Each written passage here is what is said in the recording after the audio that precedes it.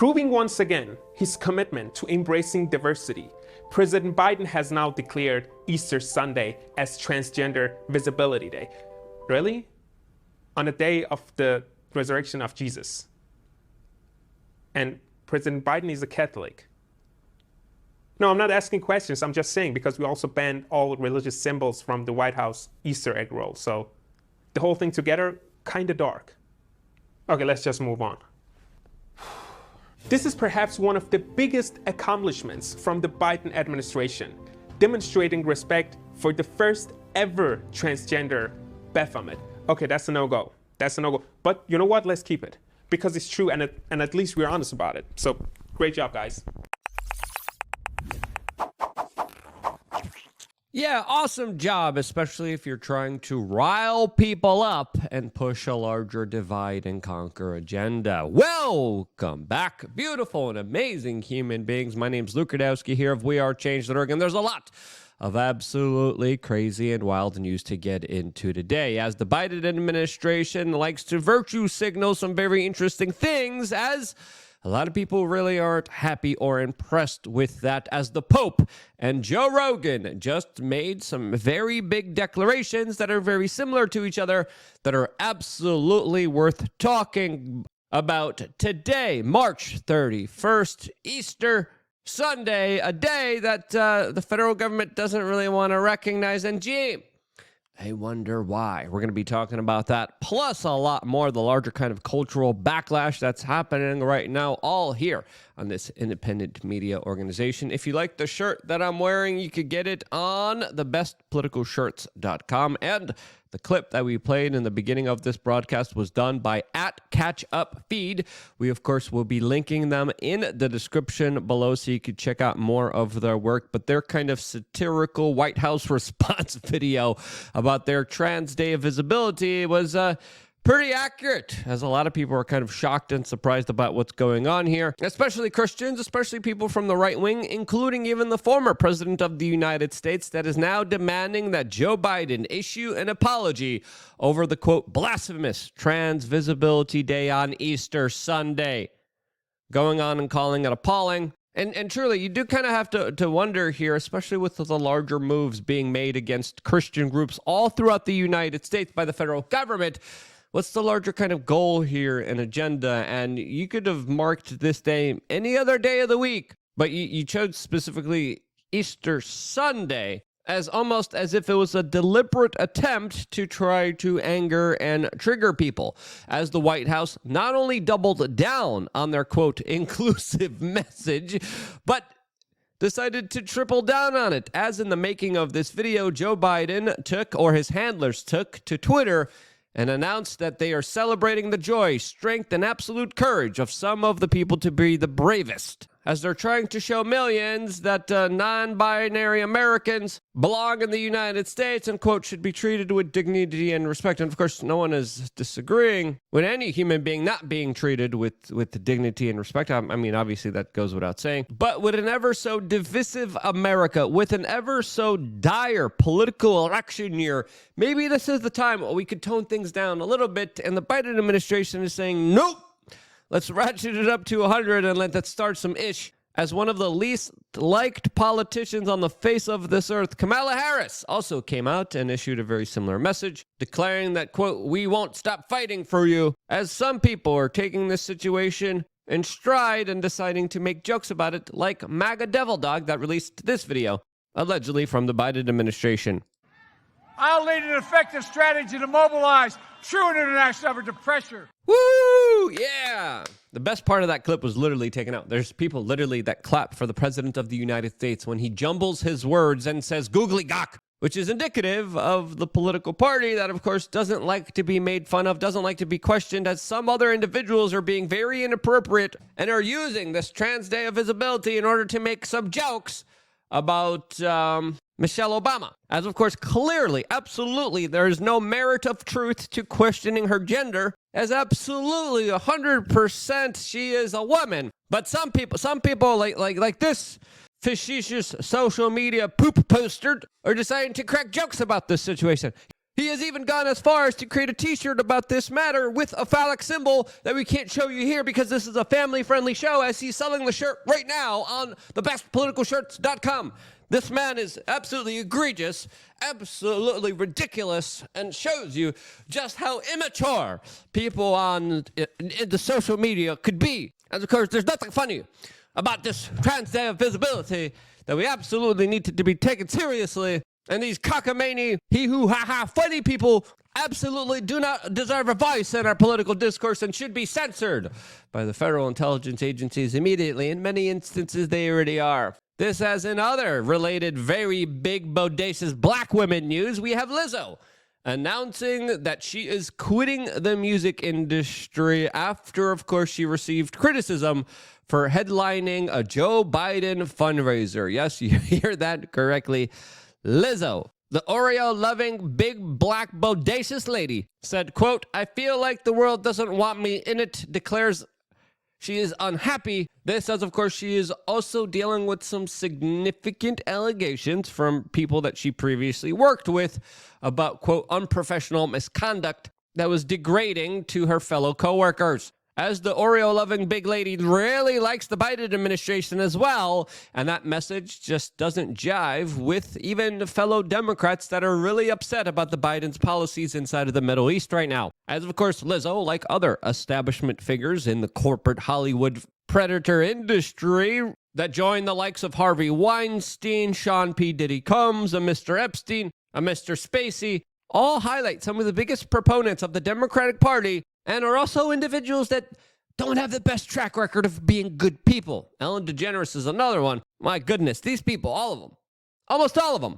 are rotten to its core. This as we keep finding out more and more crazy details surrounding P. Diddy Combs, which of course we covered in previous videos and will be covering as the story develops. But it definitely does seem like there's some kind of larger kind of cultural shift, a rift and divide within the United States, not just between the Democrats and the Republicans, but a lot of people who are becoming more and more anti-establishment that are getting pissed off about the government intervening in their lives. This, as now local governments in New York City have decided to go after the FDNY, as now the fire department in New York City is told to remove their stars and stripes that are honoring 9/11 heroes because a Democratic lawmaker decided to brand it a, quote, fascist symbol. Now, this is the symbol that these firefighters are holding up in this particular picture. And this is the New York City Councilwoman that, of course, is leading the charge on requesting firefighters get rid of the thin red line. Because, you know, it's not like there's actual serious priorities and issues that the people of New York City have to deal with. It's not like they're dealing with record numbers of crime. It's not like there's actual issues that politicians should be trying to fix here. As, of course, these symbols trigger me. Therefore, they need to be getting rid of immediately. As, of course, the FDNY is also on a manhunt for individuals who dare not applaud and cheer for the Attorney General of New York and actually decided to boo her. Individuals a part of the fire department that were actually punished for doing so. In another sign of a divided society, we have the New York governor that was recently told to leave the wake of a New York City police officer during his funeral, as she was seen abruptly leaving just 10 minutes into the procedure, as some police officers even clapped on her departure, highlighting how a lot of the blue-collar firefighters, police officers, average day Joes, they're just really unhappy, really unsatisfied with the way that things are going. And a lot of people are being fed up and they're just sick of it. And that's one reason out of many reasons why I created LukeUnfiltered.com, our own quasi-secret, not so secret society where, of course, your memberships also help spur the growth of communities all throughout the United States. We do in real life meetups that we have conducted all around this particular country. Soon we might be even doing international meetups, but in just 2 to 3 weeks from now, we are going to be doing an in real life touching of the grass moment, a hike that you get to participate in and take part in just by simply signing up to LukeUnfiltered.com. That hike right now is going to be happening in Southern Florida, and I'm going to be organizing more hikes all throughout the United States, where, of course, people will just come together, walk together in nature. Maybe some kind of botanist will come and tell us what plants to look out for, what plants to avoid. As of course, your memberships help spur on these communities that you also get to be a part of. Again, your memberships are more important than ever. We have 3 masterclasses, we have a forum, we have a members-only store where we actually highlight shirts that we can't even make public. There's a lot of other shirts that again, we sell, we can't show you because they're pretty salacious. Some of them are really awesome designs that are only available for members at cost, which will also save you a bunch of money. I do a lot of different things. If there's a member that actually wants something, we go out of our way to actually provide them whatever it is. And it means a lot to us to be able to foment this kind of larger community where we get to talk to each other. A part of this membership group, you also get a Telegram channel. On that Telegram channel, you actually get to call into our show, a show that we're going to be doing Monday, Tuesday, and probably Wednesday this upcoming week, 6 p.m. Eastern to 8 p.m. Eastern, with some really awesome, incredible people in studio here with us. This, as of course, we are going to have some really awesome guests in studio this upcoming week that will be really awesome. And we'll be breaking down some major big stories, all here exclusively on the best political show, as of course we have to move on and talk about the main focus of discussion, and that of course is the Pope today on Easter Sunday that Newsweek is reporting is, quote, facing a growing revolt. As previously on this independent media organization, we covered some very controversial, non-orthodox kind of methods by the Pope that have actually angered a lot of fellow Catholics, as a lot of woke policies have previously been advocated by the Pope, who has shown his support for the LGBT community, called for open immigration policies in the Western world, and even partnered with many multinational corporations and even the Rothschilds together on their visions of, quote, changing capitalism. This says, of course, there's a lot of controversy surrounding this Pope, as he has spurred on a lot of kind of leftist liberal talking points that has also created a larger divide within the Catholic Church and has really angered a lot of individuals a part of that larger religious organization. And previously, when we criticized the Pope, we brought up some things that he said that we absolutely disagreed with, as today, on Easter Sunday, he said something that surprisingly we actually agree with and we find very important to highlight and talk about, as of course Pope Francis just came out and said that peace is never made with weapons during his Easter Sunday Mass in St. Peter's Square, specifically calling for a ceasefire in Gaza and Ukraine. Important messages that I think should be heard worldwide, as of course a lot of the corporate media usually is dominated with pro-war talking points by individuals that have been either influenced or paid off by the military-industrial complex that, of course, has an invested interest when it comes to prolonging, starting, or expanding certain conflicts that a lot of people do not want. And this is why Pope Francis's message is so important, because it counters a lot of that propaganda that we keep hearing every single day from the corporate media. And more importantly, it represents a major member of the establishment, a major member of this kind of woke indoctrination camp, corporatist ideology, saying enough is enough of the bloodshed here, and we really have to stop these foreign conflicts. As it's also important to note that the United States is financing both of these wars and writing the checks for them in many instances. And now, particularly today, making a strong appeal for a ceasefire in Gaza, calling for prisoner swaps between Russia and Ukraine, giving off a heartfelt message of prayer for peace is something that we have to commend the Pope for doing, because it's something that I think is absolutely critically important at this juncture, at this time that we are all in right now. That other than just this message from the Pope doesn't look like it will stop anytime soon.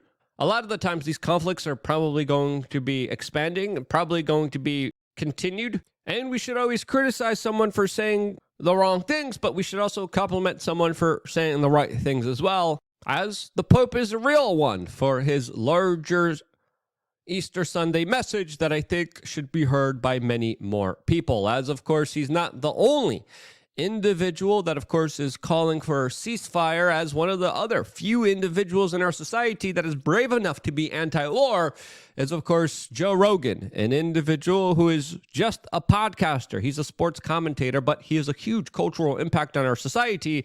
As today, Rabbi Shmuley really isn't happy with him, as Joe Rogan has described what is happening in Gaza as a small-scale deliberate destruction and demise of an entire population, which Rabbi Shmuley decided to describe as a, quote, blood libel, asking Joe Rogan to, of course, officially debate him, as these are the statements right now that a lot of people are talking about, specifically when it comes to the situation in the Middle East right now, that the Pope would agree with is getting completely out of hand. As the situation in Gaza is becoming more and more troublesome, even for the Biden administration that is financing it. And whatever side you are on, whether you are pro-Israeli or pro-Palestinian, I think it's fair to say that this war has gone on far too long, that there are too many civilian casualties here, that there's too much of a cycle of violence here that, in my opinion, absolutely needs to be stopped before it expands, grows, and gets completely out of control.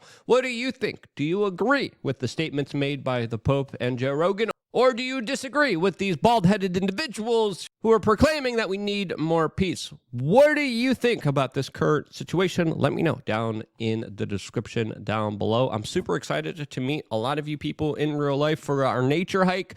And thank you so much for becoming members. Thank you so much for sharing these videos, getting them out there to the general public. It means the world to me. And that's why I love you guys. Stay tuned for more here on LukeUnfiltered.com. WeAreChange.org. See you there. Love you guys. Happy Easter.